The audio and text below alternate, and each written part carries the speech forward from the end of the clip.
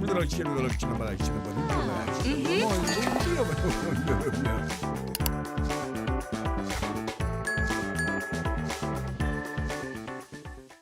welcome to a new episode of Talk Turkey. This week, of course, we're going to talk about the American elections. I mean, the result of the American elections. Trump is elected, landslide. And also, they also have the Senate and the House. I mean, the Congress. It's been a long time since such a political conundrum, I don't know, or like a new balance of power was established in the United States. So it's going to be a bumpy ride for the rest of the world and also for Turkey. Yeah, definitely. I mean, there's a lot going on Turkish domestic politics, but I think it's really worth discussing this because there'll be major implications for Turkey, but potentially in mid and long term, even for domestic politics, including economic issues in Turkey.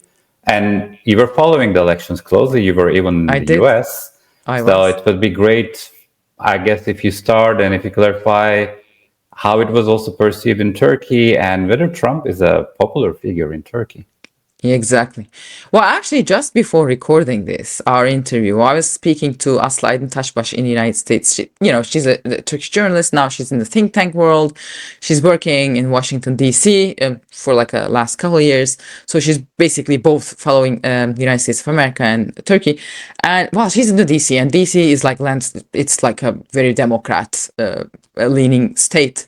They had 93% Kamala Harris, so she says like... It reminds me of some Turkish district. Exactly. I'm saying at Kadıköy in the United States.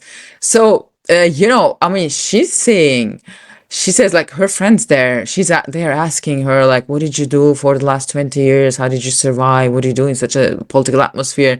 People were asking her and like we were laughing about it. And I said, why don't you start a workshop in the United States to tell people, how to survive in any liberal democracy in a sense with a strong leader. So actually in Turkey, we have been doing Vox Populi about this, about Trump getting elected. Even before and after he was elected, we were asking people. Even there were some polls about that. Turkish people like Trump, amazing. But, Turkish people are like, yeah, we're really happy that he's elected. A lot of people wanted him to be elected because I think they see him, like the American electorate, as an anti-system figure. How do you explain Trump's election in the United States? Well, I mean, everybody's reading, probably the viewers of our channel are also reading all these analysis, and people say, well, there was the inflation, basically, post-COVID inflation, and Democrats were actually successful in fighting the election. They were being successful, but it took a toll on them, as the incumbent, because people saw Democrats basically as the responsible party of the election. Actually, there was the reverse. They took power from Trump, and he was unsuccessful in fighting COVID and COVID economy. So they had to fight it. They established a new economy, but it takes time. To fix things, it takes time. So the inflation was high and people were pissed because, people, a simple electorate, they cannot get into all these analysis and whatnot, some economy theories, whatnot. They go to supermarket and they see prices rising every week and they're pissed. And Turkey, we've been living with inflation for the last, I don't know now, gazillion years. It's not getting fixed somehow because there's no trust in economy. There's no trust in the government. People won't change in Turkey. People have been wanting change. And we have this, 50%. We have 50% solid, almost opposition supporters in Turkey. But people people are like really leaning on this idea that globally we need a system change, and they see Trump as a leader of change. They're like, you know what? I mean, that was the American establishment. It did not really help Turkey all that much. That's how Turkish people think, because American establishment have been very supportive of the Kurdish entity in Syria and whatnot, and there were a lot of disagreements about S-400, about the purchase of F-35. So Turkish people are like, they're not trusting the United States governments. So they're like, okay, this guy is an anti-system guy. Maybe he'll be better for Turkey. So that's the expectation in Turkey, I can say. Yeah, I mean, in 90s, there was this popular policy by Özal. He was claiming that he wants to make Turkey like a small America. And nowadays, the joke around is that Turkey didn't become small America, but America is becoming large Turkey anyway, because there are many similarities, as you said. I mean, Trump is popular in Turkey, but not only in Turkey, actually, because also in Eastern Europe, he was more popular than Harris as well. And this is the main difference probably between also Western Europe and Eastern Europe. And in Turkey, probably the reason is pretty straightforward, especially for pro-government circles, because there are clear similarities between his style and Erdogan, his way of thinking, his approach to campaigning. So they see those similarities, definitely. And the mood is maybe shifting a little bit now, especially with the people Trump is choosing for his cabinet. But right after the election, actually, there was a big enthusiasm and optimism, I think, among pro-government supporters that it will be a great period for Turkish-American relations. But we need to discuss if there is really a reason for this optimism. Is it realistic to believe that things will get better? I mean, what I believe is that Trump also likes transactional relations and cares less about democracy, and that can be an opportunity. And this reasoning makes sense, but there are also major risks. And the real question is, how was the first Trump administration and the Turkish-American relations? I mean, we need to see that.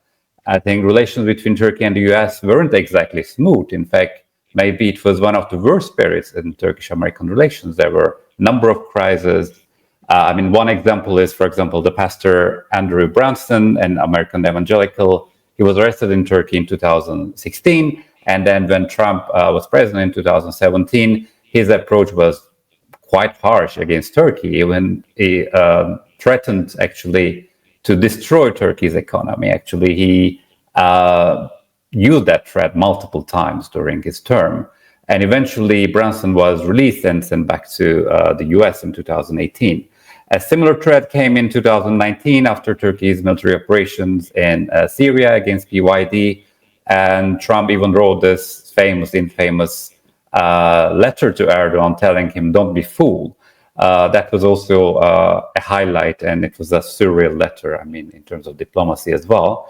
And then in 2019, Turkey was kicked out of F-15 fighter jets program after buying S-400 missile defense systems from Russia. And following that, in 2020, again related to the same issue, US imposed sanctions on Turkey under CAATSA.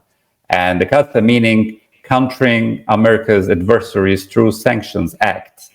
So essentially, Turkey, a NATO ally, was officially labeled as an adversary of the US. So that's a very important development, actually. And all this happened under Trump administration. So it's hard to understand the enthusiasm for better relations between Turkey and the US in his second term. And looking at his cabinet, probably it's even going to be more difficult because many senior members have actually a very critical positions against Turkey, and they are in favor of a tougher stance against the Turkish government. And of course, you never know with Trump. I mean, he may always find a way for transactional relations. Turkey may change a few positions in foreign policy, and he may see Turkey as a useful partner in the region. But we never know, like things can change. But very briefly, maybe this can also be an opportunity for Turkey if it's used well for its relations for NATO and Europe, because in a way it has increased the concerns about European security. And as NATO's second largest army, this may increase actually Turkey's geopolitical importance. And also Turkish defense sector is already growing. This may also be an opportunity for the defense sector. But for this, Turkey will need more predictable foreign policy and probably at least a very clear stance against Russia as well. I don't know if this is, of course, possible under the circumstances. And it won't improve, most importantly, the nature of relations with the EU. I mean, it can improve maybe the current dynamics, but it cannot change current dynamics, because to change this, actually we need, as we always say, reforms in terms of democracy and rule of law, which is not possible under the current government. Exactly. So, well, the thing is, yes, you reminded, actually, there is that during first Trump period, we had that "don't be a fool" letter and this and that. But then here, government reminds, actually, Trump has done all these things, but he changes his mind again. You know, the thing is, so what they think is like he's basically answering Mr. Erdogan's telephones. You know, right after he was elected, Erdogan called him. He was one of those leaders. And Elon Musk was next to Donald Trump. Apparently, he said hi to Erdogan also. He's also Erdogan's one of his close friends in the United States. So he's in the establishment now. He's in this committee that's going to oversee the governmental expenditure, whatnot. So there is one thing. Erdogan values that. Erdogan values that. Okay, I can reach the new American president, because Biden was like, you know, they were not in good terms. He did not have this access to Biden, so Turkey trusts on that. And second of all, they remind that actually Trump has written this letter and this and that. He's that sort of guy. But also he said basically, well, we did not sell these guys the Patriot system. Later, this, you know, he said that basically, because that's Turkey's line. Actually, this is Turkish government line. You know, why did Turkey buy S-400s? Because actually we know why. Basically, Turkey wanted to basically say sorry to Russia because they downed the Russian jet, and Putin made it into a big deal. He bombed Turkish soldiers in Syria. He prevented Russian tourists from coming to Turkey. He blocked Turkish tomatoes being sold in Russia, and that was a big hit for Turkish economy. So what they did, you know, they had to apologize. Basically, we bought S-400 systems, you know, and there was also trust crisis between the West and Erdogan after this 15th of July coup d'etat incident. For some reason, Erdogan thought these putschists were supported by the United States, so he had, you know, that's why we bought for S-400. But then Turkey officially, that was Turkish line. Well, we wanted to buy Patriots, but then America did not sell us the Patriots. Actually, America was eager. They even decreased the price during this bargaining process. But then back then Turkey said, well, we want to also buy the know-how. And then Turkey claimed Russia was giving them the know-how. I mean, that was the Turkish government line, basically, in what they were telling people. Of course, they did not, you know, they did not sell us the know-how. No one does. But so that was what Turkish government was saying. And this was actually voiced by Trump also. He said, well, they had to buy because we did not sell them the Patriots. So actually, there's what Turkey thinks: we have access to this guy, we can talk to this guy, and then you know, you can talk him into something. But the thing is, yeah, Trump is a transactional politician. You know, he's like, okay, let's sit at a table. What are you going to give me? What can I give you? But then that's bargaining. And all right, I mean, he can basically provide you with stuff that you want, but then he asks some stuff from you too. You know, he's a good bargainer in a sense. So what is he going to ask of Turkey is the big question. There is that. So yes, as you said, when we look at his cabinet, Marco Rubio, champion of Kurds, he is supporting Kurds in Syria big time. Tulsi Gabbard, he's the how do you call that, national information, national no, what is the official? He's like national intelligence, national intelligence chief, that's how you say it. Tulsi Gabbard, that's her official position. I mean, I have a video from back in the day, from a couple of years ago, where he's criticizing Erdogan harshly. It's a 20 seconds of video. I can show it. Erdogan's denied this for years, but the fact that he is now openly and brazenly creating militias of radical Islamists, including so-called former ISIS and Al-Qaeda terrorists, exposes him for what he is.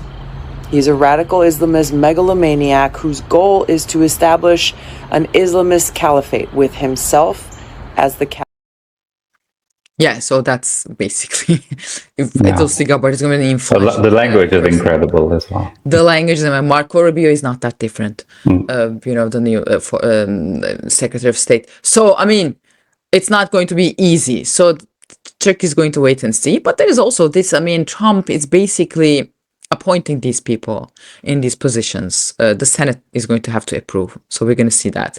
And after that, I mean, Trump changes people. he changes his cabinet, he changes his people. So let's see. I mean, now because he has to thank these people, basically, he retook the Republican Party. It hasn't been easy because there were a lot of people against him. So he actually formed this coalition within the system. And he's basically now keeping his supporters closer in the first days. But then, I don't know, things can change. It is not easy to foresee what Trump is going to do. That's his thing. That's like, we don't know. That's basically Trump 101. So it's like, we'll wait and see. But it's going to be harder for Iran because, I mean, Trump from the first day, he never changed his position about that. And actually, it was during first Trump period, America hit Qasem Soleimani, the head of Al-Quds force, and that was big. That was really big. He was really important in the Iranian system. He was actually the person, basically, governing, in a sense, Iranian proxies in the region. He spoke really fluent Arabic. Everybody trusted him in Lebanon, in Iraq also. So once he was gone, it was never, I mean, the guys who tried to replace them were not a replacement, really, because he was a really influential figure, and Qasem Soleimani was killed back then. So it's not going to be easy for Iran, but I think Iran kind of foresaw that, in a sense, because they placed, it's not an election, because I'm not saying he was elected, because it's not an election, really, to put it honestly. They placed Pezeshkian as a president, and he's a reformist, so-called. He's been preaching for dialogue, rather than, I mean, there is that. I mean, sometimes you hear from IRGC chiefs, with Death America, we're ready for war, whatever, we're gonna demolish Israel, whatnot, IRGC is this line, but Pezeshkian had been preaching for dialogue. He keeps saying Iran is ready for dialogue. Iran is not eager to develop nuclear weapons in the region. Let's sit and talk. Pezeshkian has been preaching for that, I think, because Iran was trying to take a position for a second Trump presidency. That's what I understand, and they will be eager to somehow reach Trump and talk and avoid being hit by Israel, I think, because now this is a very pro-Netanyahu cabinet, what Trump is forming, and I think Netanyahu is going to see this as an opportunity to really dismantle Iranian regime. As far as I understand what Netanyahu wants, he wants to be able to strike some strategic places in Iran. Netanyahu believes Iran is secretly developing nuclear weapons. While Iranians are saying there's a fatwa by Khamenei that Iran should never have nuclear weapons, whatnot, but fatwas change in a day. So Netanyahu is really, suspicious about that, and he believes Iran should be stopped and basically prevented from developing nuclear weapons. And this is a very pro-Netanyahu cabinet, and so Netanyahu is going to see this as an opportunity, and probably they're going to take a preventary measure or whatnot from Iran developing nuclear weapons. So it can get messy in that area. But also, on the other hand, Trump does not want a war in the region. He's coming, that was his thing, he's coming to end all wars and the wars. He doesn't want America to be involved in that. Also, he might not give a green light to Netanyahu about this. I mean, we'll wait and see. Yeah, and Turkey's stance will be important too, especially also for those transactional relations. Turkey will need to show certain elements too. I think for certain countries it's easier, for example, some sort of policy change regarding Russia, because things are not going so well with Russia in any case, or with Iran, even though on paper Turkey has good relations with Iran, both ideologically and politically. I think the current government and Iran, they are not friends. So it can be easier to take maybe a harsher stance against Iran too. But the main challenge will probably Turkey's position regarding Israel, because that's not going to be easy to change that position. I mean, I wouldn't be surprised, because the government has been changing the rhetoric regarding many of the countries in the region in the past. But it has come to a point that it will be very difficult to reverse it, because the relations are getting worse and worse, and the statements against Israel. So that will be probably the biggest challenge. But that's for the government also, because we need to discuss a little bit the opposition as well, because actually Turkish opposition is even asking for snap elections. They believe that they will be ruling the country very soon. But I'm not sure if we really understand or if we can get a clear sense of their foreign policy stance right now. I mean, Özgür Özel, chairperson of CHP, the main opposition party, congratulated Trump after the elections. But beyond that, we don't really have a solid understanding of CHP's vision on big foreign policy issues, especially when it comes to Turkish-American relations. This is also the case for the potential presidential candidates as well, mayors of Ankara and Istanbul. Okay, we know that they have strong ties with Europe. They keep traveling to different European capitals. I think the Ankara mayor is in Paris at the moment. Istanbul mayor, I think, as far as I know, is either in Germany or will be in Germany in a few days.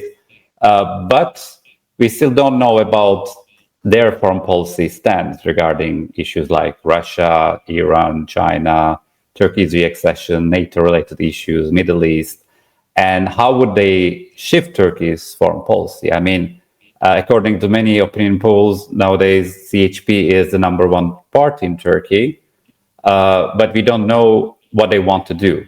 And they really focus on domestic issues such as democracy and economy, and those are important issues, but actually the reality is foreign policy impacts a lot what happens internally in Turkey as well. I mean, economy certainly, but not only, the refugee issue, and indirectly even democracy, Kurdish issue, and whatnot.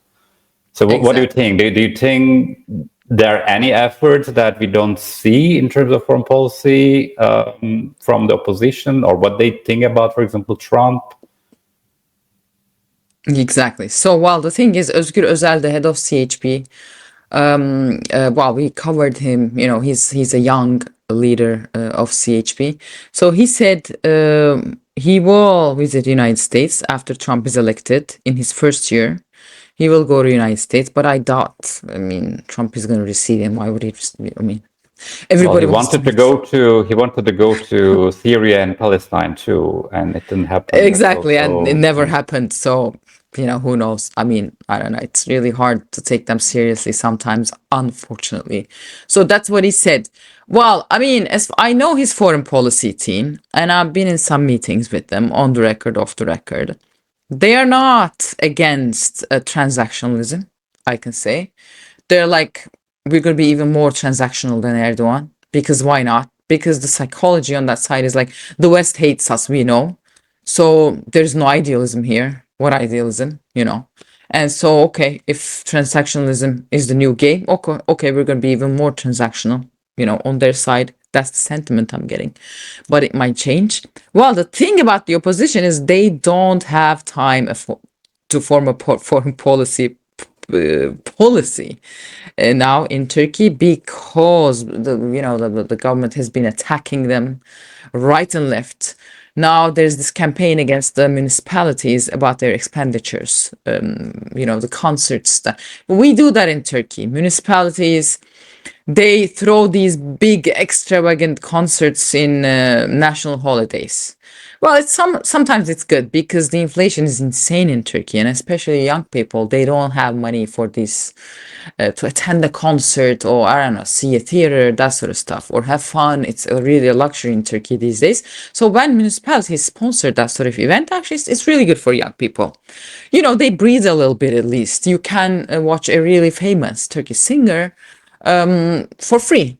So that's something. The municipalities have been doing that, but now the expenditures for these concerts are under investigation. And of course, municipalities are under a big debt, a lot of debt. But that's always been the case in Turkey. What do municipalities do? They spend, right? Because they provide services for people. You can understand, Turkey is not a libertarian country. Turkey, lifestyle in Turkey is really, really dependent. People's lifestyle is dependent on the state. State pays for everything. State pays for health. State pays for education. State even pays for fun. That's how the system works. So the municipalities are always under debt. That's what they do. And actually they have big debt because the municipalities are just passed to CHP. Until 2019, big cities were governed by AK Party municipalities. So they were under big debt even then. But now, since they're governed by CHP, basically AK Party pressed the button, and now there's investigation about the debt of the opposition municipalities. So now they're trying to deal with that. It can turn into something serious. So really, they don't have really time to talk about foreign policy and this and that. I mean, they are also in a little bit, like, let's wait and see approach. I mean, I understand the problems, but I don't buy this argument about they don't have time, actually, because if they want to rule the country, then once they're in government, will they say that, oh, nowadays we are too busy with domestic relations, we cannot really have foreign policy? Like, they will need to have parallel teams working on all those issues. So I think they better get ready for this if they are serious about ruling the country as well. I agree. They should. I mean, they should. Or even if they're working, there's no time to talk to press about that, I guess. Maybe, I don't want to be really unjust about that. Maybe they formed some teams that are working on the foreign policy. I don't want to be unjust, but really they're not to communicate it these days, let me put it that way. But no, totally, you're right. Okay, well, probably we can also talk about that issue, actually, because yes, you said teams, and probably they have teams working on economy, on democracy, on this and that, but we don't know much about, but we don't know much about, like, first of all, if there are teams doing that work, and then what is the result, like what they want to change. Exactly. They don't say that when we are in power, we will do X, Y, Z, and it will solve A, B, C issues. We don't know that. The thing is, so, I mean, the teams, economy team and foreign policy team that CHP, the main opposition parties formed, they're like theoreticians. You see, they're like academics. They're like, you ask, so what are you going to do with policy? They throw you a neo-Marxist, whatever, 50-page, so we're going to change the status quo, I mean, but the thing is, so, I mean, the Istanbul mayor, I'd say, he's more serious about these things. For example, he brought all these professionals.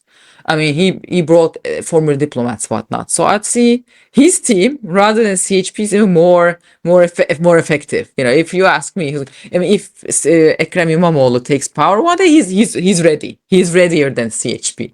I know that. Economy wise, also, he brought some academics, but also he's valuing these professionals from different sectors since he's a business person himself. So I mean, as I get older, I'm seeing actually business people are better in politics than even political scientists. Because writing a paper on some specific whatnot issue is some different than really coming up with a policy and implementing it.